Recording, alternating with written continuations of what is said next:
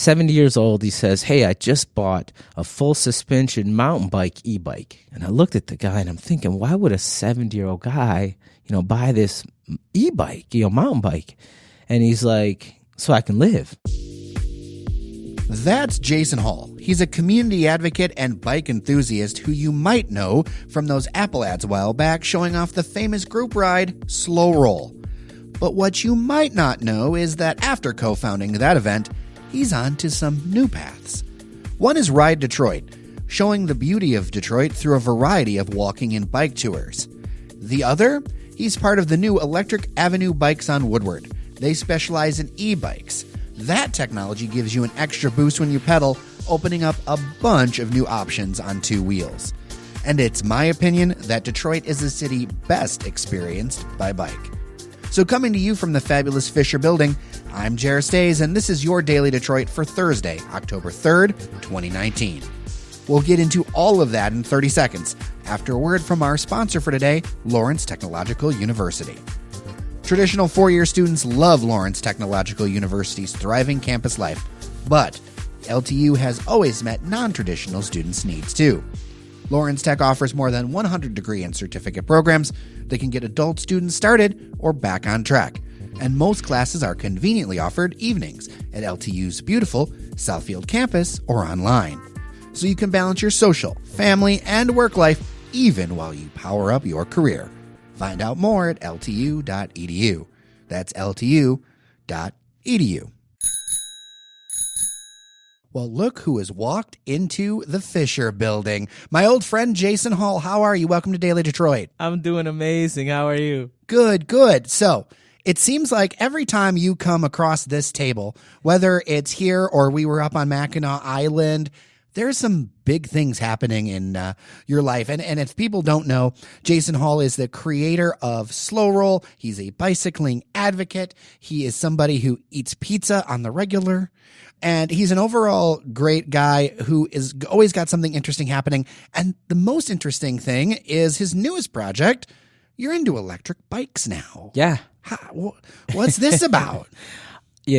I was exposed to the technology a couple of years ago. I saw it somewhere, and, it was intriguing from a visual standpoint and kind of a nerd standpoint. Not from a I wanted standpoint, because I was, at the time, I considered myself a bicyclist that was a purist, and I would never put a motor or any assist on my bike.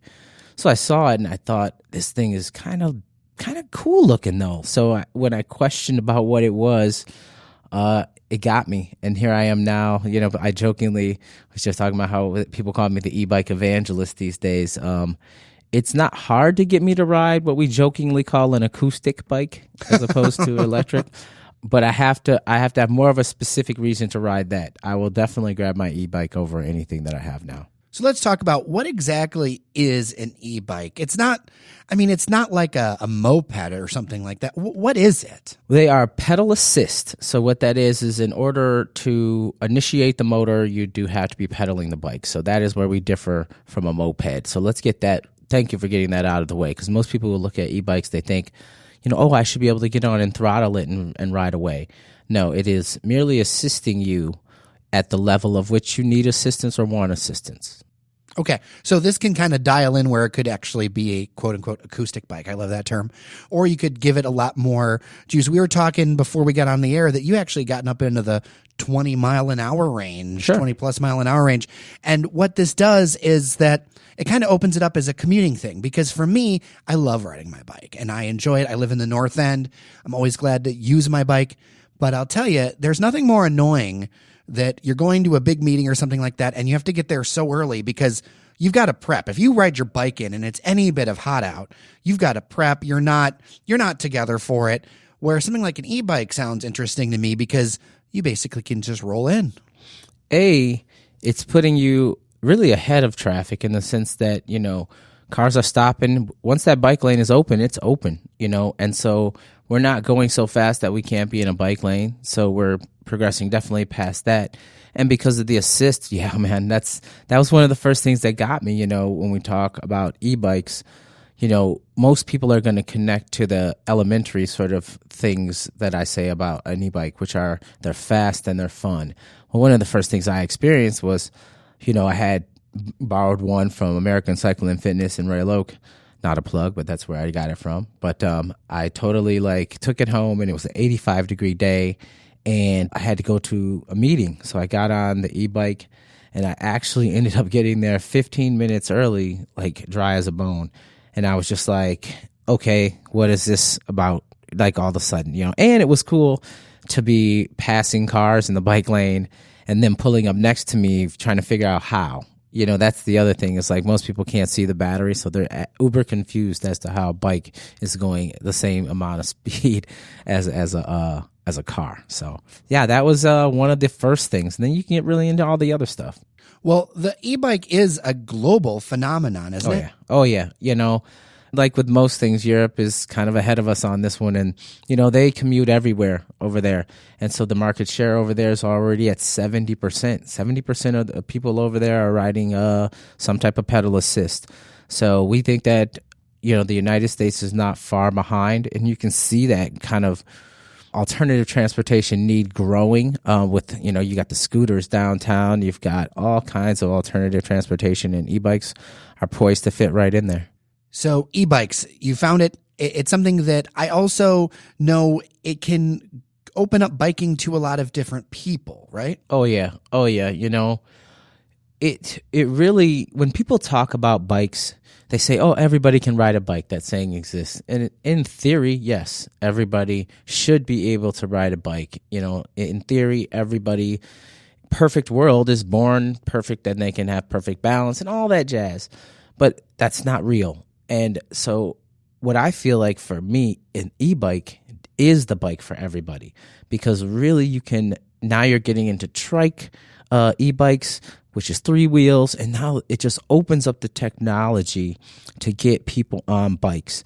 I talk about how acoustic bikes for me, they've sort of hit a wall as far as what I think, and this is just my opinion, but so you can only go lighter, stronger, faster on a standard bike. We can take the wheel off, fine, it's a different kind of bike, but we've really kind of hit a wall with that. But with e-bikes, we've just opened the door on really what this technology can be applied to. And so, I tell the story all the time, and this is really one of the stories that really slapped me in the face.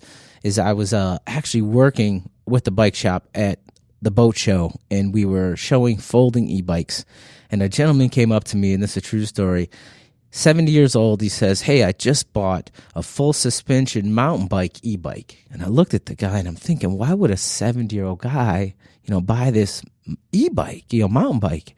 And he's like, so I can live. And I'm like, excuse me? I'm like, you bought it what? He goes, so I could live. He's like, I haven't ridden a bike and I can't tell you how long. He goes, now I get on the trails with this bike with 30-year-old guys, and I ride every day. He goes, my confidence level's through the roof. He goes, I'm alive again. And I literally, if I didn't have a witness, you wouldn't believe me. I almost started crying because I, to that moment, not thought about that aspect of what pedal assist meant. I just thought it meant, oh, if there's a hill, it helps me up it. If I'm going to work, it helps me get there faster. I never thought about what it did for somebody's confidence or where they see themselves in the world. And that's when really it started to say to me, everybody needs to experience this technology, because there are people out here who for years have had somewhat of maybe a bad experience on a bike, whether the bike didn't fit, maybe they fell, but this bike is going to bridge that gap and get people back into something that they thought they would never do again. I think that's when technology is absolutely beautiful, when it opens doors for people and allows for things that people never dreamed that they could do. And to me, it sounds crazy, but there was a world not that long ago without bicycles, even without the acoustic bike. You look back in history and you realize when this country was founded, there was no bicycles. Mm-hmm. And that's kind of stunning. And I feel like an e-bike, especially as a transit option. And I think that's one of the things, let's talk about that a little bit, because transit is one of those things that's hard to do in Detroit and Metro Detroit. How can e-bikes kind of help bridge that gap a little bit? Wow.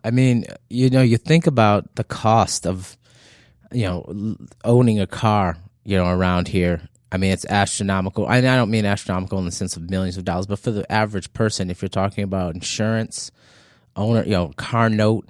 I'll just share my car insurance is north of $400 a month. I mean, that's absolutely for no fault. And that's the necessity to get to work and back. So if you take that away, you take away a large portion of your ability to survive. This bike fills that gap. Once again, once you own this, I know e-bikes that start as low as $1,500. For $1,500, you're not paying gas. You're plugging your bike in. You're becoming greener. You're getting rid of insurance. You're becoming healthier. You're putting a different lifestyle in place. All of that for the cost of nothing, really, when you put it in perspective. Like I said, a lot of people look at it and they say, man, they're kind of expensive. But look at what I just mentioned. Those are just my personal life changes that I've got for $1,500, So now I do own a car. But the fact that I don't need to drive it, that's really the invaluable part of everything. That leads me to a few different questions then. So what is the kind of range does an e-bike have? Like, take me to school. Yeah. Okay. So range as far as how far they go, we're talking about. So the particular, the bikes that we sell at Electric Avenue Bikes, though there are 4 different levels of pedal assist. The lowest being what we call Eco. Eco will get you up to 70 to 75 miles of range. So realistically, think about that. If you work in Ann Arbor, you could ride your bike to Ann Arbor, plug in, and then ride home every day. And that's with the bike doing the least amount of work, all the way up to what's called turbo, and that's where you're going to hit sometimes your 28 miles an hour with the bike doing the most amount of work. You're still getting 30 to 35 miles of range. So, my friend Brad, he lives in Berkeley. He literally rides to work every day, plugs in, rides home. He makes it home. He makes it home in 35 minutes to Berkeley. It takes him during rush hour 45 minutes. So he's actually biking faster home on the e-bike. Yep. Wow, that's kind of stunning. So how did you get into Electric Avenue Bikes? I got into Electric Avenue Bikes because for years I've been friends with Michael Reuter, who owns American Cycle and Fitness, and I've been just a bug in his ear about one thing or another. I've always been, anytime new technology or a new event I was getting into, I would always call Michael, and we always had this relationship where I could sort of reach out to him.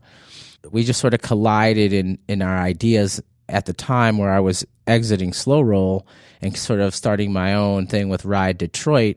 I was sort of looking for a home. And what I mean for that is, I'd left an office building and I was really working out of my house. And I really didn't have a plan as far as like having bikes and how I was going to get people out. I knew I wanted to get people out on tours. I wanted to live up to the ambassador that everybody had been saying that I had been. And Michael at the same time was talking about getting into Detroit. And that's, and that's where when we meet, I become sort of that guy who says, let's do it. I don't let people say no.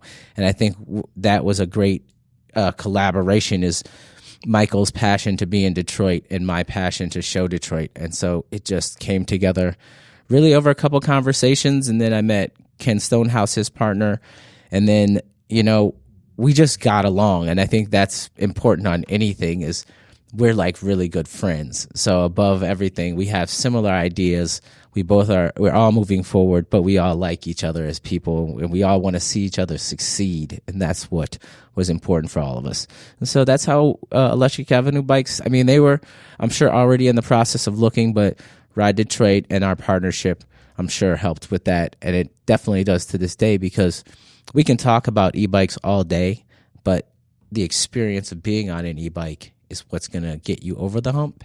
And that's what RiDetroit does with its tours and through rentals, is we give you that experience to show you how you can see Detroit and see your life in a different way. One of the things I like about that story is people who are looking to do things in the city should really work with, partner with, engage with people who are already here. I think that's a major step that lots of folks looking to invest and do things in the city miss. As a longtime city resident, when I see something that goes tone deaf or something that you're like, this is missing the mark, usually it's because they didn't bother to talk to anybody who's been here. And I can't think of too many people who've been involved in the Detroit scene more than you the last few years. So Electric Avenue Bikes, where can people find it? What can you get there? Let's give people the information. So Electric Avenue Bikes, we are located at 3613 Woodward, Mac and Woodward, in the heart of Midtown. We're proud to say we're the first business on the floor of our building, so we're the anchor. You can come by. We have all different styles of electric bikes. Believe it or not, we have cargo, we have commuter, we've got some road bikes and some mountain bikes. And just come by and learn about the culture. You know, that's what's cool about where we're at is not only are we the first, once again, e-bike only store in Detroit, one of the first in the world in Trek's lineup, we're also get to give people the information. And so come by and just hang out. Come ride a bike. That's what the beauty of we get to do is we get to ride bikes all day. So if you come by and you say you want to see what an e-bike is about, I'm going to say let's go for a bike ride. So that's what I encourage everybody to do. We're open 10 to 6, Monday through Saturday. Jason Hall, thank you for coming to Daily Detroit. You know the door is always open for you. I love it. Thank you.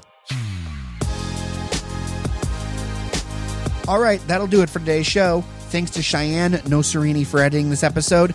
Also thanks to Take Studios, Zach Lewis, and Randy Walker for their help with this one.